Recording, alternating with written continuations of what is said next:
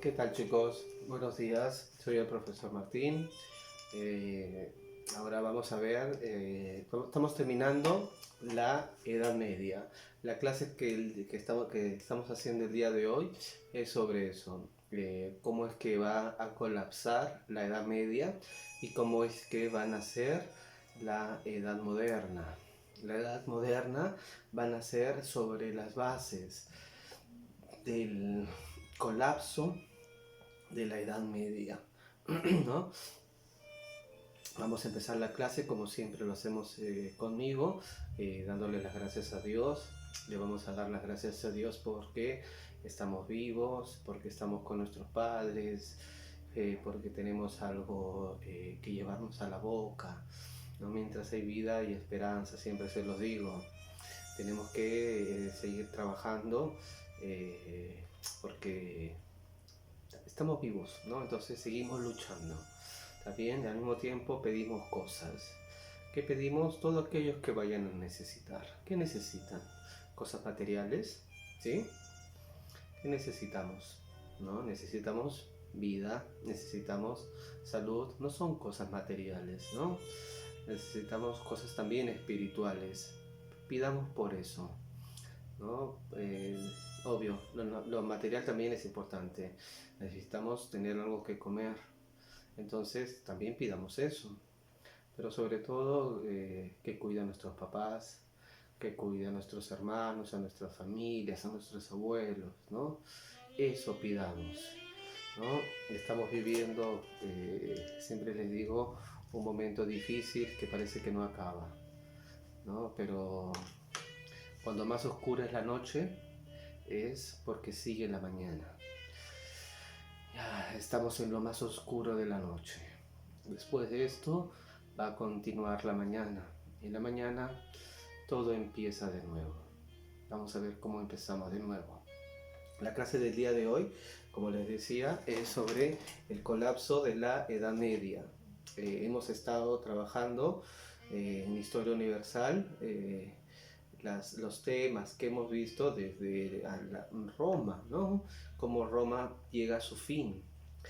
Hemos visto el fin de la edad antigua, las invasiones bárbaras. ¿Lo recuerdan? Las invasiones de los germanos, que combinado con el mundo latino es lo que le va a dar origen a la Europa medieval, ¿no? Los visigodos, los ostrogodos, los francos, los anglos, los vándalos, los suevos, todas esas fueron las primeras invasiones germanas, ¿no? Por eso se va a caracterizar la Edad Media, invasiones. Después van a venir las invasiones del siglo IX. Estaban sobre todo la de los vikingos, la de los húngaros, la de los eslavos.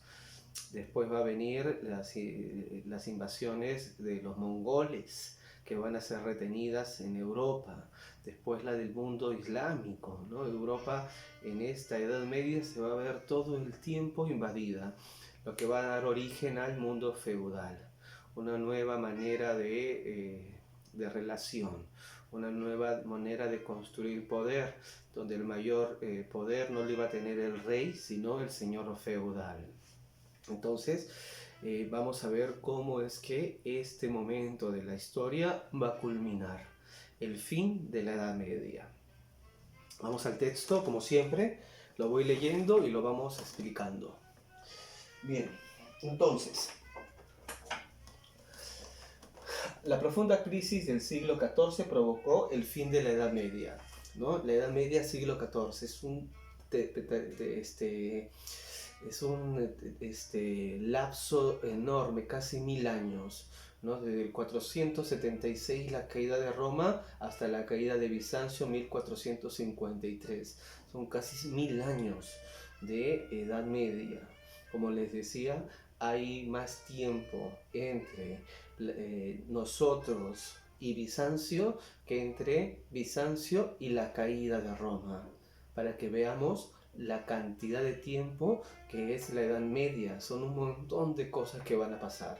La Baja Edad Media, primero la Alta Edad Media, después la Baja Edad Media, ¿no? La crisis del mundo medieval y ahora el colapso del mundo medieval. En la historia, en tiempo, es un tiempo enorme, casi 1000 años. El fin de la Edad Media se manifestó en tres aspectos. Primero, el descenso demográfico. La población va a bajar. ¿Por qué va a bajar? Por las pestes. Ahora lo vamos a explicar. Segundo, los levantamientos populares. Y tercero, la crisis de la cristiandad, ¿no? A esto se sumó el aumento del poder de las monarquías nacionales frente a los señores feudales, ¿no? Entonces, esto va a ser tres aspectos. Primero, el descenso demográfico, va a caer la población. ¿Por qué va a caer? La peste, ahora lo vamos a explicar.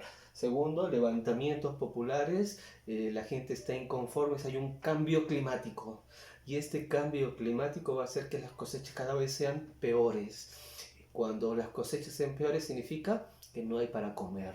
Y eso va a significar que encima la gente empiece a levantarse contra el poder establecido. Y el tercer aspecto, la crisis de la cristiandad, que va a ser, recordemos lo que habíamos visto, vimos todo un tema sobre el poder de la iglesia. La iglesia era el factor de unidad durante toda la Edad Media. En toda la Edad Media, en toda Europa, al menos en Europa, estamos situándonos en Europa uno en un pueblito quizás no iba a encontrar representación de un alcalde o comisaría, ni siquiera escuela, pero en todos íbamos a encontrar iglesias. La iglesia era la institución que estaba presente en todos los lugares de Europa. Y por eso vamos a decir que el factor de unidad de la Edad Media era la iglesia. Bien, la crisis demográfica y la crisis social. Entre los siglos XII y XIII se produjo un crecimiento demográfico. Todavía hay crecimiento demográfico. Mire la fecha, siglos XII y siglos XIII, debido a una expansión económica. Este proceso, sin embargo, se detuvo a inicios del siglo XIV por las condiciones climáticas desfavorables y el agotamiento de los suelos agrícolas, que provocaron años de malas cosechas y grandes hambrunas. Estos problemas se agudizaron con los devastadores efectos de la peste negra. Cuando uno prende la televisión o lee los diarios, muchos investigadores, muchos intelectuales comparan el momento que estamos viviendo con el fin de la Edad Media. Y lo comparan porque en la fin, como vemos, hay un evento, la peste negra. La peste negra era una peste que llegó a través, se le llamaba negra porque salían unos bubones, ¿no? Peste bubónica también se le llamaba, unos bubones que se volvían negros en todo el cuerpo y significaba para la mayoría de las personas la muerte. Recordemos, como acabamos de decirlo, que la gente, si el factor de unidad era la iglesia, la gente era muy religiosa. Entonces todos pensaban que era un castigo divino.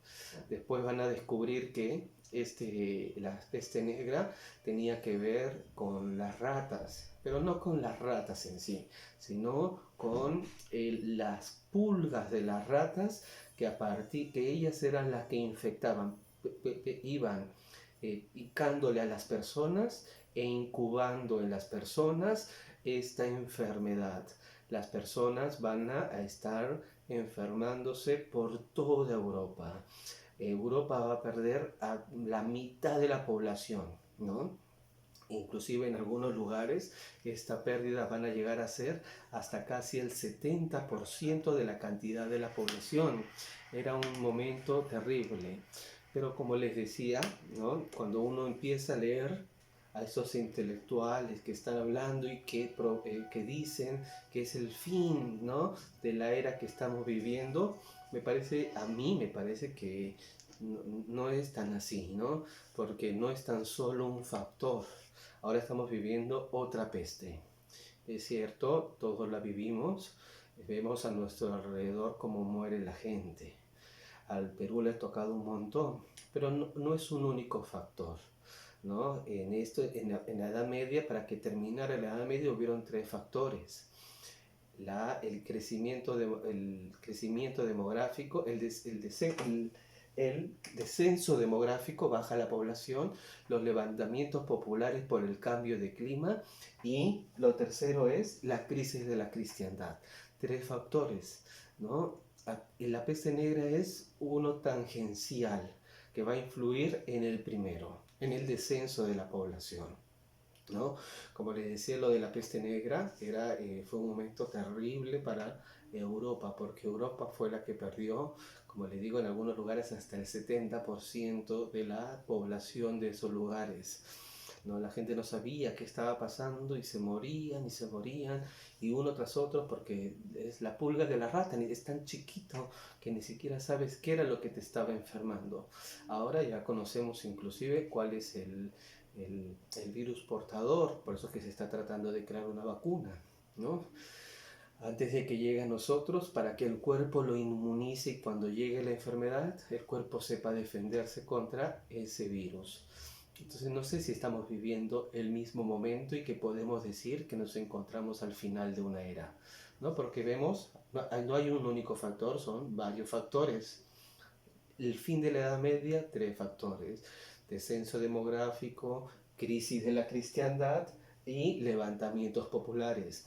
Encima de la crisis, el descenso demográfico, si la crisis de lo que unía a todos los pueblos de Europa, va a haber en este momento un cambio en la temperatura, ¿no? Un cambio, también lo que estamos viviendo ahora, ¿no? Es una crisis ambiental que va a hacer que, pero en ese momento, en la Europa de ese momento, las cosechas se van a perder, ¿no? Entonces todo está como entreverado.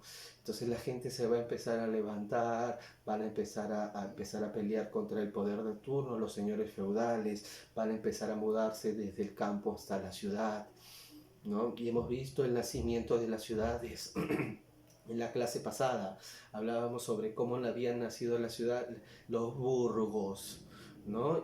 Habíamos dicho cuando hablábamos sobre el tema del arte, ¿no? Cómo el arte románico estaba más emparentado con el sistema feudal y el arte gótico estaba más emparentado con el sistema de las ciudades, el sistema de los burgos, ¿no? Entonces el gótico va a reemplazar al románico. ¿Por qué? Porque las ciudades van a reemplazar en el poder al campo. Bien, esto es lo que está pasando en Europa, por eso es que estos van a ser los factores que hagan que colapse el mundo medieval. Primero, la crisis demográfica y social, ¿no? Los problemas se agudizaron con la peste negra en toda Europa. Hay una peste que está matando a un montón de personas. Por otro lado, entre los siglos XIV y XV se produjeron levantamientos populares en diversas regiones, tanto en el campo como en las ciudades. Las revueltas se originaron debido a que los campesinos tuvieron que enfrentar, además del fracaso de las cosechas, hay un cambio demográfico, hay un cambio de clima, hay la peste, y la peste, el crecimiento de las exigencias tributarias de la iglesia. La iglesia pedía en ese entonces a todos los campesinos el diezmo. El diezmo era que le entregara el 10% de sus cosechas. Encima de que no he cosechado casi nada por el mal clima, la iglesia lo poco que tengo se lo empieza a llevar. El Estado y los señores feudales, pero no es tan solo la iglesia, también el señor feudal empieza a recolectar su diezmo y empieza a recolectarle también el rey. Entonces al campesino le empiezan a quitarle de todos lados y muy poca cosecha, todos los campesinos se van a empezar a levantar. En las ciudades los problemas más corrientes fueron de orden social, pues aumentaron las desigualdades entre ricos y pobres, y ciudadanos y no ciudadanos. La crisis demográfica y agrícola provocó asimismo la caída de la demanda de los productos manufacturados, lo que afectó a los artesanos. Lo hemos visto en economía. ¿no? Lo vemos en economía. El sistema económico es un sistema. ¿Qué significa que sea un sistema? Que todo está interconectado. ¿En qué sentido interconectado? Si falla un eslabón del sistema, todos los otros eslabones van a verse afectados. Si falla la producción, va a verse afectado la distribución, porque si falla la oferta, va a verse afectado la demanda, porque en economía todo está interconectado. Entonces, hay este problema que es el problema de los impuestos. Hay un problema que hay menos producción agrícola. Hay otro problema que ha descendido el número de personas. Entonces, no es un solo factor, son una serie de factores que van a hacer que la sociedad de la Edad Media colapse, y va a colapsar por estos factores que estamos explicando. Entonces, esto es lo primero, ¿no? El descenso demográfico, las malas cosechas por el cambio climático que van a ocasionar las revueltas populares. Y al mismo tiempo, en la ciudad va a haber mucha diferencia. Va a haber gente que tiene mucho dinero y al mismo tiempo gente que no tiene nada ni siquiera que comer.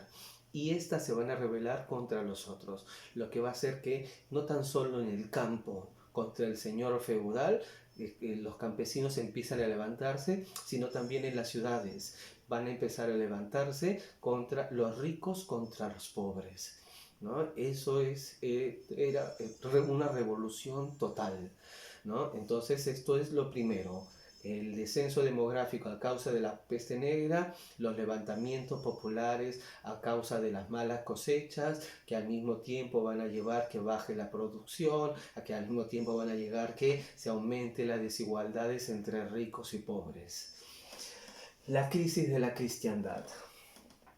La Iglesia también sufrió una grave crisis interna que afectó su estabilidad y preponderancia sobre la sociedad europea.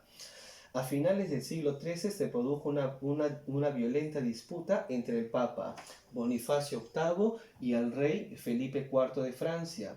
El rey francés, agobiado por la necesidad de dinero, decidió imponer tributos a la Iglesia francesa. Ante la vigorosa oposición del Papa, Felipe IV lo desafió y apresó. Luego de la muerte de Bonifacio VIII, el rey apresa al Papa. ¿Se imaginan lo que sería ahora? Luego de la muerte de Bonifacio VIII, Felipe IV influyó para la elección de un Papa francés y en el traslado de la sede desde Roma hacia la ciudad de Aviñón. Bien, necesitamos ponernos en contexto para entender esto. Hay dos potencias en Europa que van a ser las que tienen mayor gravitación, mayor importancia. Primero, Francia. Lo hemos visto cuando veíamos el Carlomagno, ¿no? Veíamos desde los merovingios hacia el imperio carolingio. Carlomagno va a fundar la primera vez que va a intentar unir Europa. Eso va a ser el imperio carolingio. El imperio carolingio, cuando muere Carlomagno, va a quedar dividido entre sus hijos en tres partes. La parte de Francia, la parte sur, la parte de Italia y después la parte de Alemania. En la parte de Alemania se va a juntar lo que se va a denominar el Sacro Imperio Romano Germánico. Y en Francia lo que va a ser el Reino Francés. Ambos van a ser los lugares más importantes. Y en el sur, donde estaba Italia, la gravitación la va a tener el Papa. Entonces, está como dividido, ¿no? El poder en tres estamentos. Francia, el Sacro Imperio Romano Germánico y los estados pontificios a cargo del Papa. ¿Qué va a pasar? El Papa, dependiendo del momento, se va a aliar o con los franceses o con el Sacro Imperio Romano Germánico. Esto va a significar que en un momento el rey de Francia va a querer hay todo este descontento popular en este momento, ¿no es así? Porque hay crisis, no hay dinero, hay malas cosechas, ha habido una peste, entonces el rey necesita más tributos. ¿Y quién es el que tiene más dinero? la iglesia. Entonces, el rey va a ir contra la misma iglesia para quitarle poder. Entonces el Papa se va a aliar con el Sacro Imperio Romano Germánico, ya no con los franceses. Y esto va a significar que el rey de Francia tome al Papa lo tome de rehén, ¿no? Para que, como estaba más cerca a su territorio, para tenerlo preso y dominado.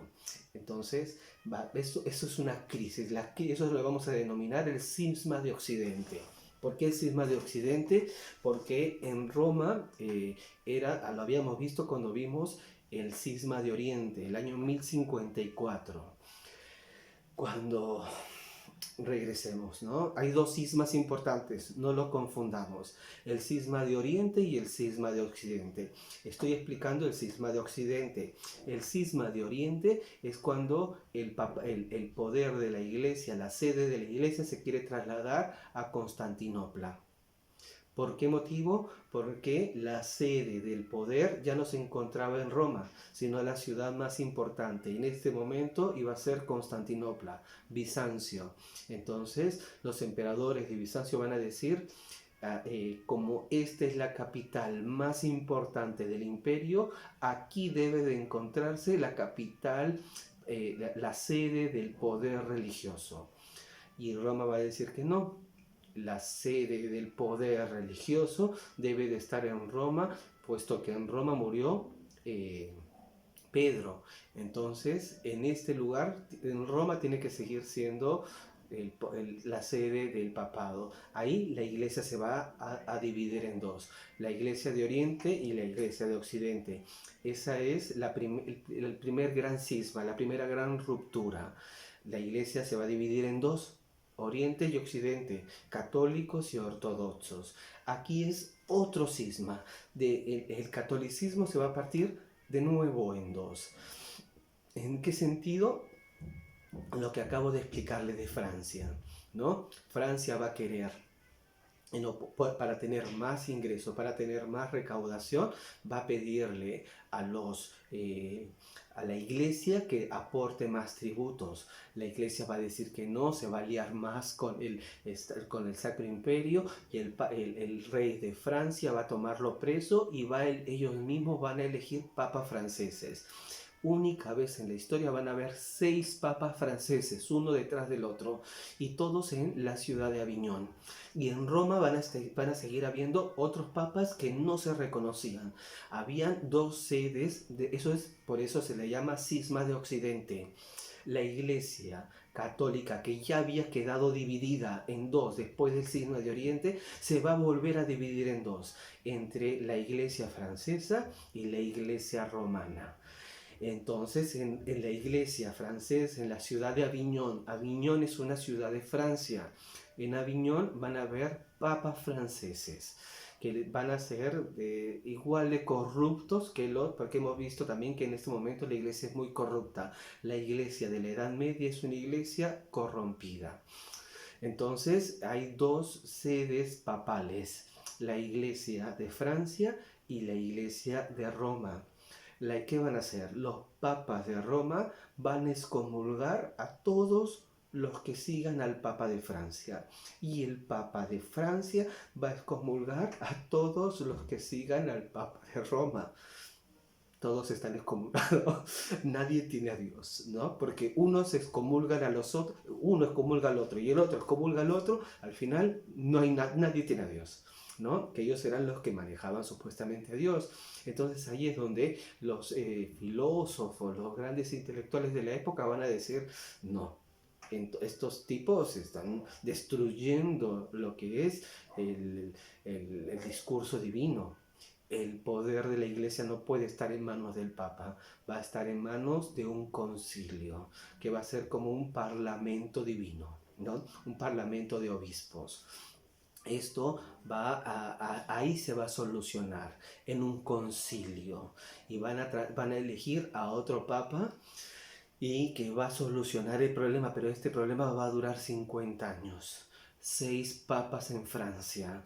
¿Por qué? Por este motivo el motivo económico. El que tenía el mayor dinero en esta época, la iglesia. Entonces, si el rey de Francia necesita más ingresos, aquí al único que se lo puede quitar todo el dinero es a la iglesia. Y eso va a ser el motivo de la disputa en sí, que va a dividir, que se va a denominar el cisma de Occidente. Vamos a leerlo y lo sigo explicando. Cuando el papado intentó establecer su sede en Roma, se produjo lo que se va a llamar el cisma de Occidente. La iglesia se dividió y hubo dos papas, uno en Roma y otro en Aviñón. Esta situación se prolongó desde 1377 hasta 1417, 50 años, ¿no? No, 40, sí, 50 años. 50 años. El conflicto se resolvió en el concilio de Constanza entre los años 1414 y 1418, que logró reunificar la existencia con la elección de Martín V como único papa y que estableció como su sede definitiva la ciudad de Roma. ¿Cómo se va a solucionar? A través del conflicto. No hay una tensión. Cada uno jala hacia su lado, ¿no? Los papas franceses van a jalar hacia Francia, los papas romanos van a jalar hacia Roma, y el conflicto, esta tensión, ¿dónde se resuelve? En el concilio. Van a decir, ninguno de los dos tiene razón, vamos a nombrar otro nuevo papa. Y nombran un nuevo papa, Martín V, y a partir de él la sede igual, porque esos eran los fundamentos por los cuales había peleado con la iglesia de Oriente. Entonces la iglesia tiene que estar de todas maneras en Roma. Pero los dos extremos, estas tensiones entre los dos papados, los dos van a perder.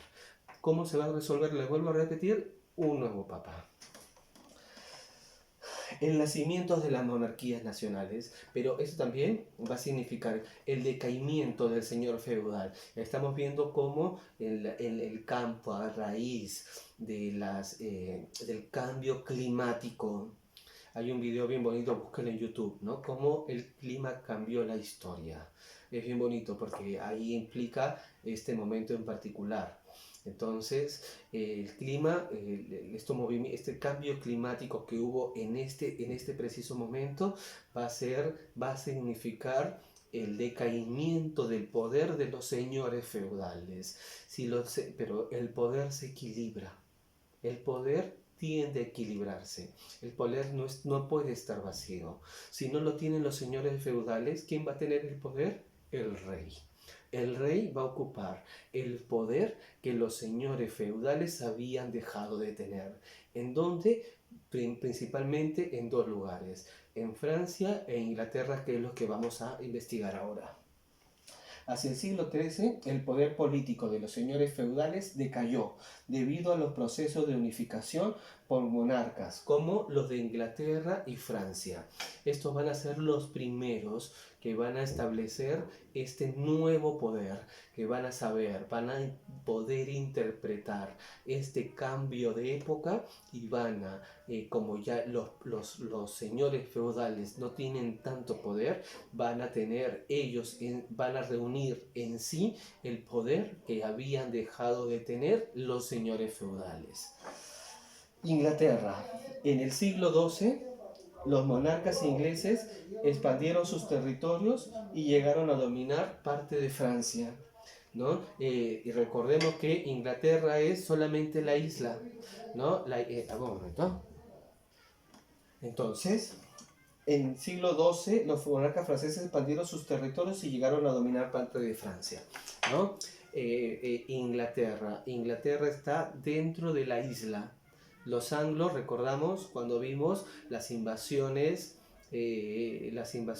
germánicas, quienes van hacia la isla que hoy es Inglaterra van a ser los anglos, por eso se llama así. Ingla de Inglaterra, los anglos, la tierra de los anglos, Inglaterra, ¿no? Los anglos van a encargarse de dominar toda la isla de Gran Bretaña, de Inglaterra. pero ellos también van a tener por alianzas matrimoniales dominios en el continente, sobre todo en el lado de Francia, y van a hacer una guerra contra Francia.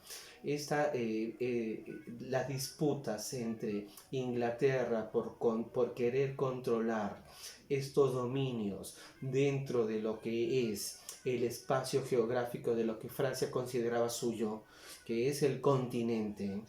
Entonces va a ocasionar lo que se va a llamar la Guerra de los 100 años, que es una guerra que no dura 100 años, dura 116 años. Y 116 años peleando, ¿se imagina? Entre Inglaterra y Francia. Peleando, ¿por qué? Por estos dominios que van a encontrarse dentro del continente europeo en el lado de Francia y que los ingleses van a reclamar como propio. Esto va a hacer que estas dos potencias empiecen a pelear. Sin embargo, el rey Juan sin tierra perdió casi todos los feudos franceses en la batalla de Bouvines en el año 1214. Esta derrota irritó a la nobleza inglesa, que obligó a firmar la Carta Magna 1215. Juan sin tierra no solo pierde la guerra contra los franceses, sino pierde el poder absoluto en Francia. La Carta Magna es como la Constitución, que va a hacer que el rey de Inglaterra, cada vez que quiera establecer una guerra con otro país, tenga que pedirle permiso al Parlamento. Y el Parlamento es los ciudadanos. Para el rey ya no va a tener el poder absoluto. Eso es el significado de la Carta Magna. Le va a quitar el poder absoluto al rey de Francia. El rey de Francia antes podía, quiero hacer una guerra, iba y hacía guerra. A partir de aquí, no. Si quieres hacer una guerra, tienes que pedirnos permiso a nosotros, al pueblo, al parlamento. Y a partir de ahí, nosotros te damos la autorización para que tú hagas la guerra. Eso es la Carta Magna. Le va a bajar el poder al rey. Esta derrota irritó a la nobleza inglesa, que obligó a firmar la Carta Magna en 1215, documento que prohibía declarar la guerra y cobrar impuestos sin la autorización sin la autorización del Parlamento. Entonces la Carta Magna va a hacer dos cosas. Le va a prohibir, le va a inhibir que el rey de Inglaterra tenga tanto poder, sobre todo para hacer guerra a cualquier otro país que quiera hacerlo, sin antes pedirle permiso al Parlamento, al pueblo. Y segundo, el cobro de impuestos. Si me quieres cobrar más impuestos, tienes que decírmelo a mí y yo te voy a autorizar. ¿Quién soy yo? El pueblo, el Parlamento. ¿No? Así van a ser la monarquía parlamentaria europea. Por eso es que hasta ahorita el rey se mantiene en Inglaterra. ¿No? ¿Por qué cae el rey en Francia y por qué no cae el rey en Inglaterra? Por ese motivo. Porque es un poder que está dividido entre el pueblo, que es el parlamento. Nosotros lo llamamos Congreso. Y el rey. La figura del rey no es un poder absoluto, como sí lo va a seguir siendo en Francia. Francia, como Francia obtiene la victoria, con la victoria sobre los ingleses, el rey Felipe II, llamado Augusto, de la dinastía Capeto, todavía estamos en los Capetos, ni siquiera llegamos a los Borbones, reforzó el poder real. Tiempo después, Felipe IV debilitó aún más el poder de los nobles al agruparlos en un consejo que incluía al clero y a los representantes de los ciudadanos en los estados generales. Pero Francia había ganado, Francia había tenido el poder. Entonces el poder del rey no se va a ver mermado, no va a disminuir como si lo va a hacer en el caso de Inglaterra. ¿Qué va a significar? Que después va a venir la Revolución Francesa y se van a tirar abajo al rey de Francia, cortándole la cabeza. A él y a toda su familia. ¿Por qué no le cortaron la cabeza aquí al rey de Francia, al rey de Inglaterra? Porque su poder va a quedar equilibrado entre el pueblo y el rey. Francia no. Como ellos son los victoriosos, el poder del rey se mantiene intacto. ¿Hasta cuándo? 1789. Que llega la Revolución Francesa. Esto es el nacimiento de las monarquías nacionales. Las principales, Francia e Inglaterra. Inglaterra todavía subsiste. Francia termina y con eso va a terminar lo que vamos a ver ahora, en la Edad Moderna. Francia e Inglaterra se enfrentaron en la Guerra de los 100 años. 1337-1400, 100 años, 116 dura. Se llama Guerra de los 100 años, pero va a durar 116. ¿Por qué motivo? Por el control de las posesiones inglesas francesas, la que les estaba diciendo. Al principio los ingleses se impusieron, pero los franceses, dirigidos por Juana de Arco, finalmente los vencieron. La victoria reforzó el poder de la monarquía francesa, ¿no? Lo que les decía, los monarcas franceses se van a volver reyes absolutos. En cambio, el rey de Inglaterra, su poder está equilibrado con el del Parlamento. La caída de Constantinopla. Hemos visto el mundo islámico. Dijimos también que en el 476, cuando cae Roma en Occidente, el poder de Roma de Occidente se traslada hacia Constantinopla, Bizancio, y esa va a ser la capital más importante, la capital del imperio. Pero en el año 1453 va a caer a mano de los turcos, de los musulmanes. Hemos visto una clase sobre el mundo islámico y cómo el mundo islámico empieza a avanzar, se hace cada vez más poderoso hasta el punto que va a destruir la capital del Imperio Romano de Oriente, y ahí se van a instalar hasta el día de hoy el Imperio Turco Otomano.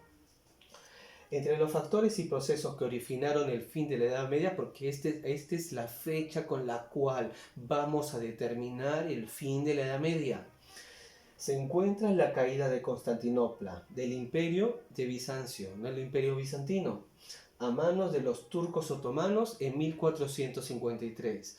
Es decir, la Edad Media dura entre el 476, que cae Roma de Occidente, hasta que cae Constantinopla, que es donde se había trasladado la capital, Constantinopla, Bizancio, 1453.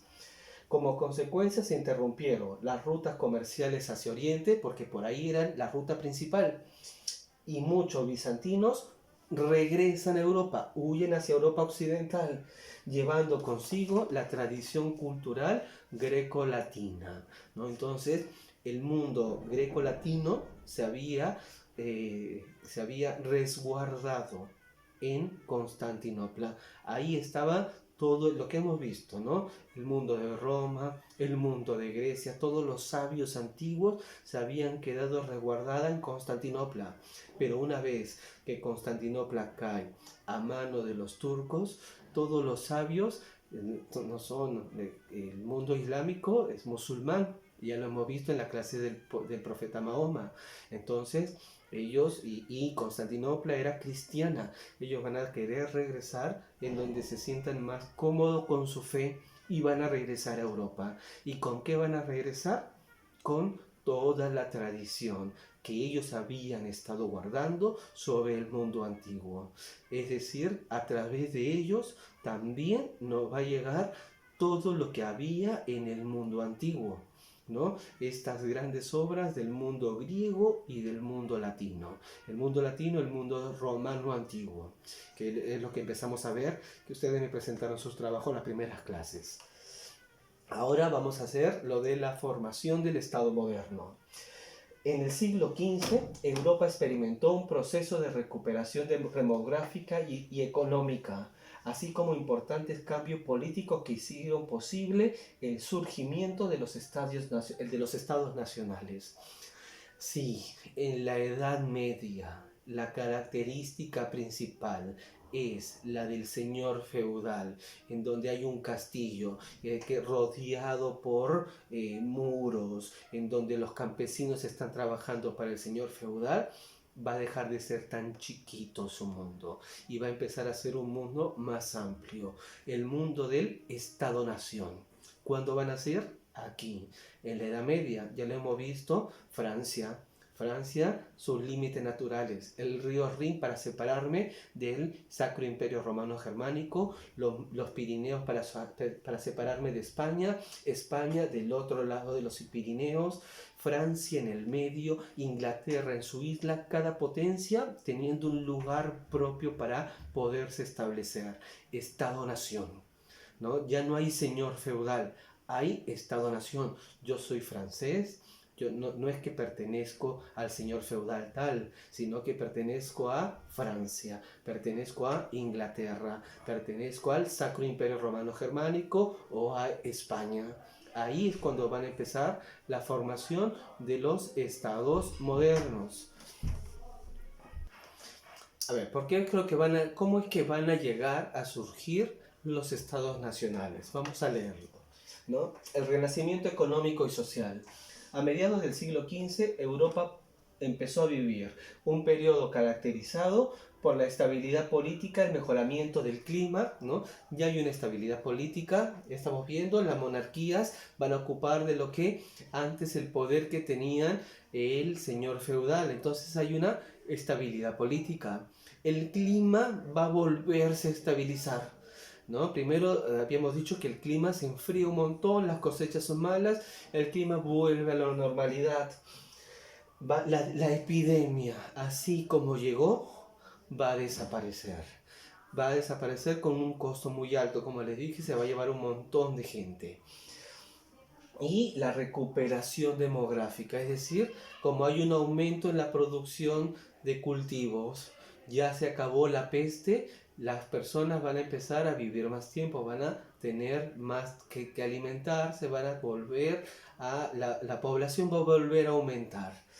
Estos factores influyeron en el notable crecimiento económico del continente y se va a afectar en los siguientes factores, ¿no? Este renacimiento social económico se va a observar en, primero, la reactivación de la agricultura. Se recuperan muchas tierras y se incorporan otras nuevas. La producción empezó a orientarse hacia el comercio. Ya el Estado-nación ya no es como el señor feudal que se autoabastecía. Lo que yo hago es para mí, sino va a haber más comida, más alimento. ¿Y qué van a hacer? Exportarlo, el comercio. Van a empezar todos estos excedentes van a empezar a comercializarse. El segundo, el aumento de la producción manufacturera. La industria textil, bajo el control de los gremios de artesanos, se convirtió en la actividad manufacturera más importante. Ahí tenemos que ver el nacimiento de los burgos, las ciudades. Las ciudades van a empezar a crecer. ¿Cómo van a empezar a crecer? Estas ciudades, las ciudades estaban conformadas por distintos gremios. Uno de los gremios que van a ser más importantes es el gremio textil, el gremio de artesanos. Estos también van a dedicar todos sus excedentes hacia el comercio, la exportación. Flandes en el lado norte del continente europeo, fue el principal productor de paños, de telas, ¿no?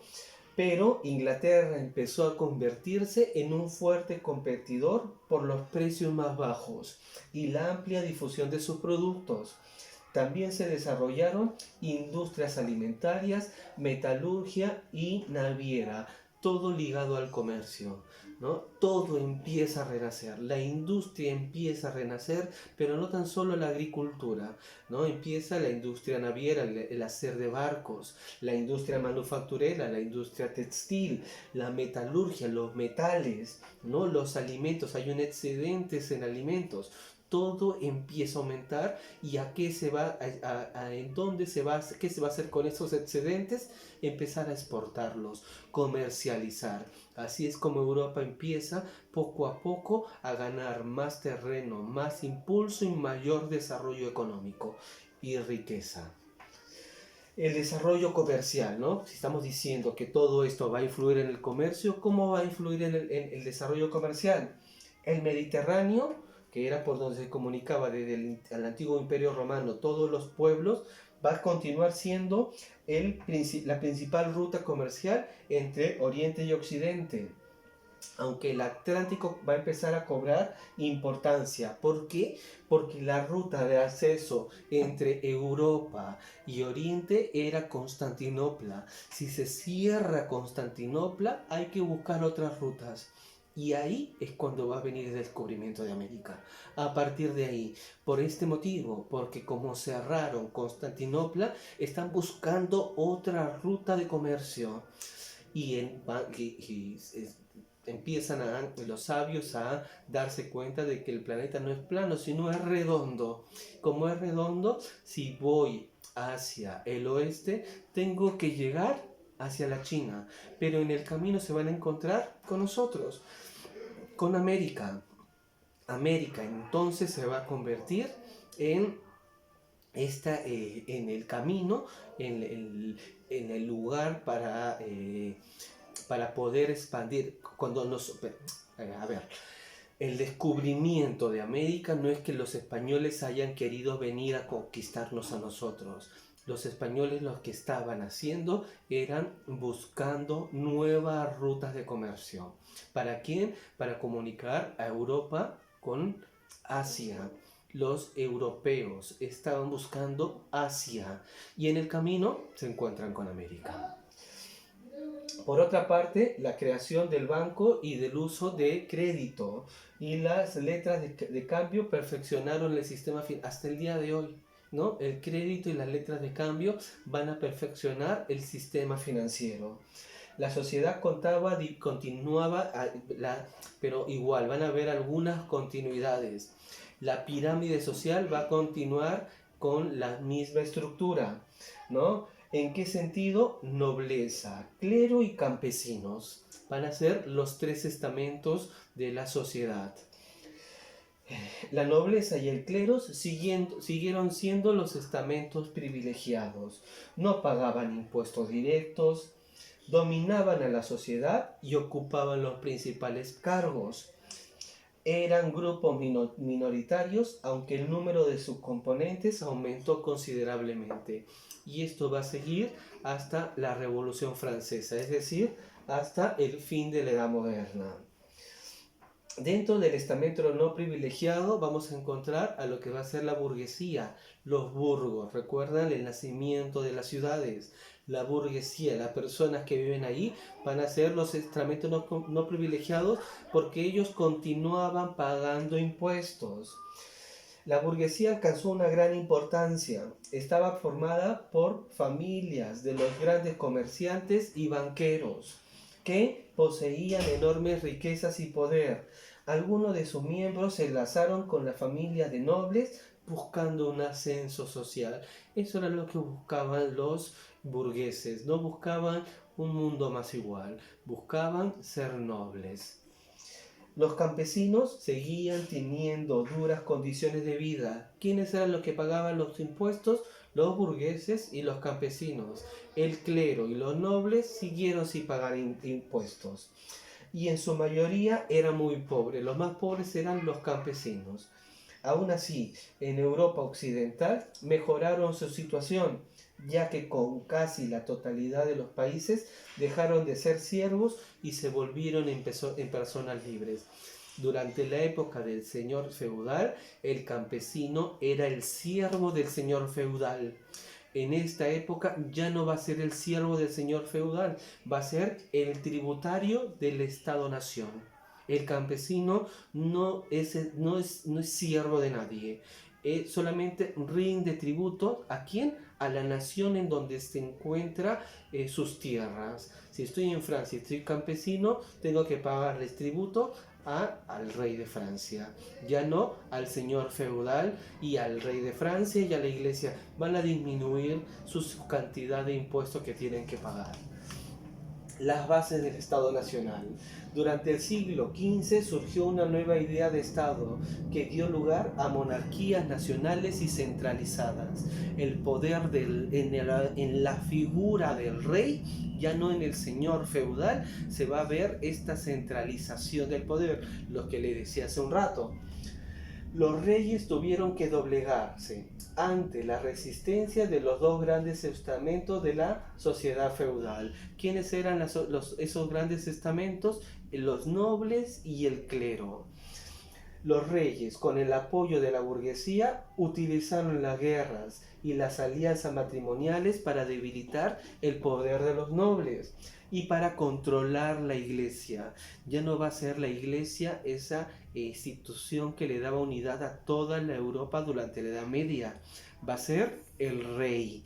El rey es el que le va a dar a todo ese lugar en donde se encuentra una circunscripción geográfica, le va a dar unidad. Ya no va a ser toda Europa, ¿no?, unidos bajo la iglesia, sino va a ser un territorio en particular unido por el rey de ese lugar. Si es Francia, el rey de Francia. Si es Inglaterra, el rey de Inglaterra. Si es el Sacro Imperio, el rey del Sacro Imperio. Si es España, el rey de España. Se tomaron los antiguos privilegios de nombrar y en su territorio a los obispos y a las autoridades eclesiásticas. Tanto fue el poder del rey que va a ganar. Se recuerda que había una disputa en la Edad Media. ¿Quién tiene más poder? ¿El poder temporal o el poder permanente? Y había ganado el poder permanente. Aquí el poder temporal, el poder del rey va a ganar un montón de importancia. La iglesia continúa teniendo mucha relevancia porque todas las personas seguían siendo católicas, pero al mismo tiempo va a tener el rey la facultad de nombrar a personas, a los obispos que ellos quieran dentro de sus propios territorios. Las monarquías europeas se autoafirmaron frente a los supuestos poderes universales que reclamaban el imperio y el papado. ¿Quién era el imperio? El rey, el emperador del Sacro Imperio Romano Germánico. Él era el emperador que creía que podía dominar a toda Europa. Los reyes en Inglaterra van a decir, no tienes nada que ver acá. El de Francia va a decir, no tienes nada que ver acá. El de España va a decir, no tienes nada que ver acá. El de Portugal va a decir, no tienes nada que ver acá. Y el Sacro Imperio Romano Germánico se va a quedar en lo que va a ser ahora Alemania. Y el Papa también, después del cisma de Occidente, se va a ver reducido su poder solamente a Italia, ¿no? Cada vez van teniendo menos poder el emperador del Sacro Imperio Romano Germánico y el mismo Papa. ¿Y quién va a tomar ese poder? Los reyes de sus respectivas naciones. Además, procuraron limitar las atribuciones del Papa en sus naciones y asumieron el control moral y social de sus súbditos a través de la legislación. De esa manera, el Estado moderno se constituyó en un territorio con fronteras claras, un gobierno común y un sentido de identificación cultural y nacional de sus habitantes. La Constitución va a pasar a ser el centro por el cual las personas van a ser juzgadas.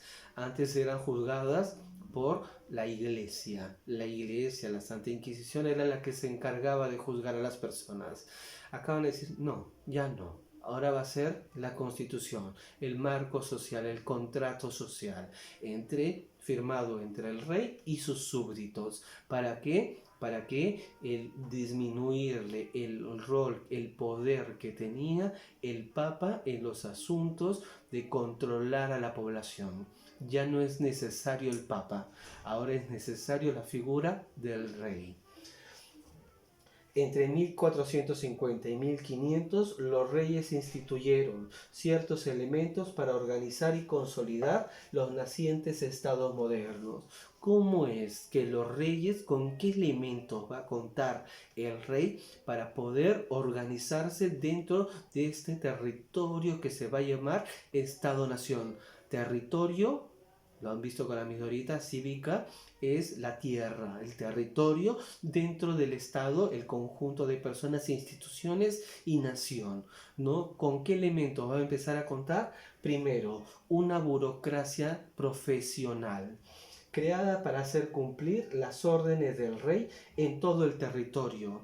recaudar los impuestos. También incluía un consejo real formado por nobles, obispos y letrados que asesoraban al rey.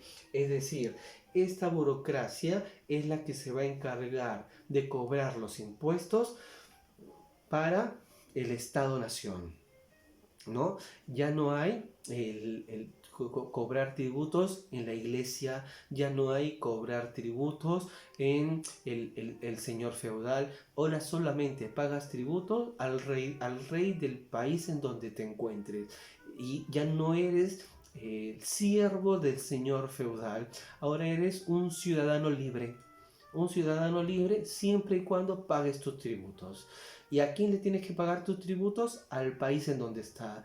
¿Y quién le da unidad al país? El rey, ¿no? Eso van a ser el principal elemento, una burocracia profesional.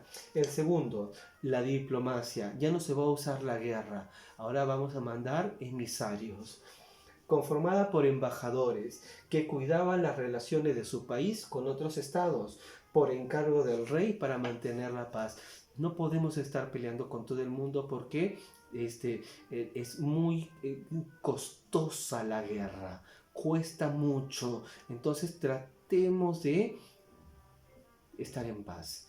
¿Y cómo vamos a solucionar? El mismo rey va a hacer casar a sus hijos con otros reyes. ¿Para qué? Para evitar la guerra. Si somos familia, ya no vamos a estar peleándonos entre nosotros. Eso era la idea de la cual al principio las casas reales se van a casar entre ellos.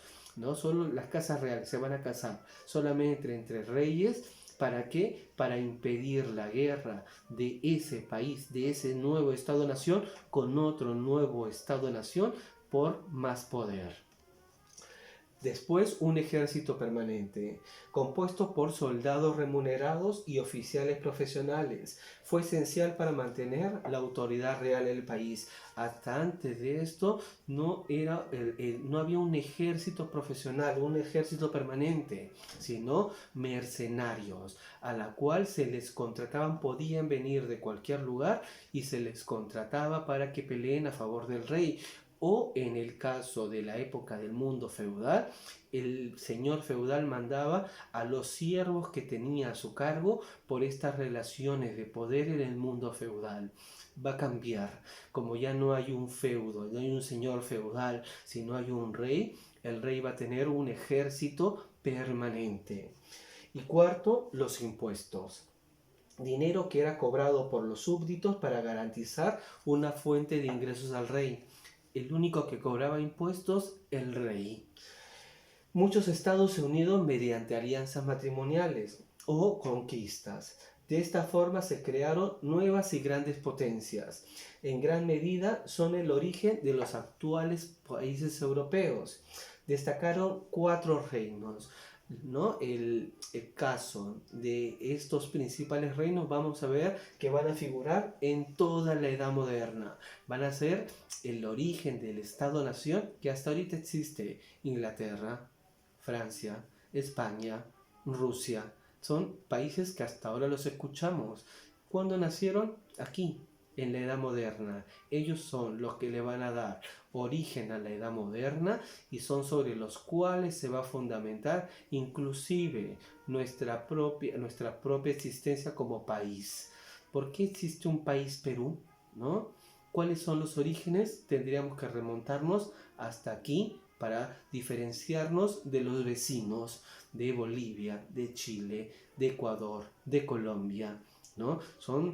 Podemos estar hermanados, tener una cultura parecida, pero tenemos intereses particulares, ¿no? Otra con distinta, hay otra manera de ejercer el poder, sí, yo lo sé, ¿no? Pero ¿desde cuándo el Estado-Nación van a ser? Me refiero al Estado-Nación, la figura de Estado-Nación, como la que tiene ahora el Perú, aquí. Primero, Francia. Después de la Guerra de los 100 años, la Guerra de los 100 años va a significar el fin, lo vimos acá arriba, lo expliqué, el fin de la Edad Media. Si entendemos, busquen, lean también, chicos, ¿no? Pónganse a leer la Guerra de los 100 años, es bien interesante. Son 116 años en los que se la pasan peleando. Si entiendes la Guerra de los 100 años, entiendes el colapso de la Edad Media. Francia, después de la Guerra de los 100 años, los reyes franceses, desde Carlos VII hasta Francisco I, unificaron el país y asentaron su poder, ¿no? Poco a poco los reyes franceses sobre límites geográficos, los Pirineos frontera con España, el río Rin frontera con el Sacro Imperio Romano Germánico, todo lo que está dentro, Francia, ¿no? Así Francia va poco a poco empezar a tener más rey. ¿Sobre qué figura? La del rey. Todavía están acá los capetos. Inglaterra, en el siglo XV el país vivió la Guerra de las Dos Rosas. Es otra historia interesantísima en la historia del mundo europeo, ¿no? La Guerra de las Dos Rosas son de las dos principales familias de nobles por el poder en Inglaterra. Los Lancaster y no me acuerdo el otro apellido, pero son las dos familias más importantes de Inglaterra. Y va a haber una guerra civil entre estas dos familias de nobles que va a debilitar a la misma nobleza y va a ser posible el ascenso al poder de Enrique VIII y que va a aumentar el poder real. Esta historia también es bien interesante. Léanla, la Guerra de las Dos Rosas, y cómo se va a unificar, cómo se va a terminar, cómo se va a resolver. Se van a unificar las dos rosas. Por eso se llama así, la Guerra de las Dos Rosas. España, los reyes católicos van a unificar todos los reinos ibéricos salvo Portugal. El año 1492 va a significar a costa de qué lo van a unificar, del mundo islámico. Cuando hacíamos la clase del mundo islámico veíamos que los musulmanes habían llegado hasta la península ibérica. 1492, el reino de Castilla y el reino de Aragón se van a unir, ¿no? Barcelona y Madrid, las ciudades, los reinos más importantes, se van a unir y van a formar España. Y España va a expulsar a todos los musulmanes del reino y se van a quedar como la nación cristiana que después no va a venir y no va a conquistar, ¿no? Y España va a ser la heredera. Hay dos herederos. Cuando cae Constantinopla, lo que nos dicen los historiadores es que el rey de Constantinopla vende su linaje al rey de España. Entonces España se considera la heredera de Constantinopla, que Constantinopla era la heredera del mundo romano. Entonces los españoles en esta época van a considerarse la continuación del Imperio Romano. El Imperio Romano cae en el 476, se va a Bizancio y va a estar ahí hasta 1453. Constantinopla, cae Constantinopla y el Imperio Romano va a irse hacia España. Eso es lo que dicen los españoles. Los rusos tienen otra teoría. Los rusos van a decir, no, nosotros somos la continuación del Imperio Romano. El Imperio Romano cae, se va a Constantinopla y cuando Constantinopla cae, una de las princesas de Constantinopla se va a casar con Iván el Terrible y va a irse hacia Rusia. Rusia se va a denominar a sí mismo como la Tercera Roma.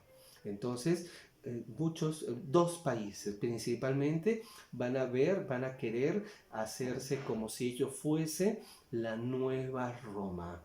España por un lado, Rusia por el otro. Rusia, Iván III, el Grande, el que les decía, unificó el país y se incorporó a nuevos territorios y se designó a sí mismo como zar. Zar. ¿De dónde viene la palabra zar?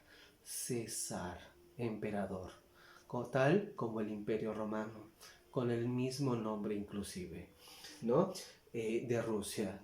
Estos van a ser las principales potencias que vamos a verlas durante toda la Edad Moderna.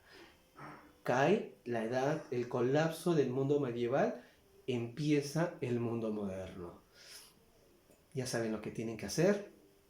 Tienen que crear su material de estudio, Hasta aquí la clase del día de hoy. Se me echó largo el video.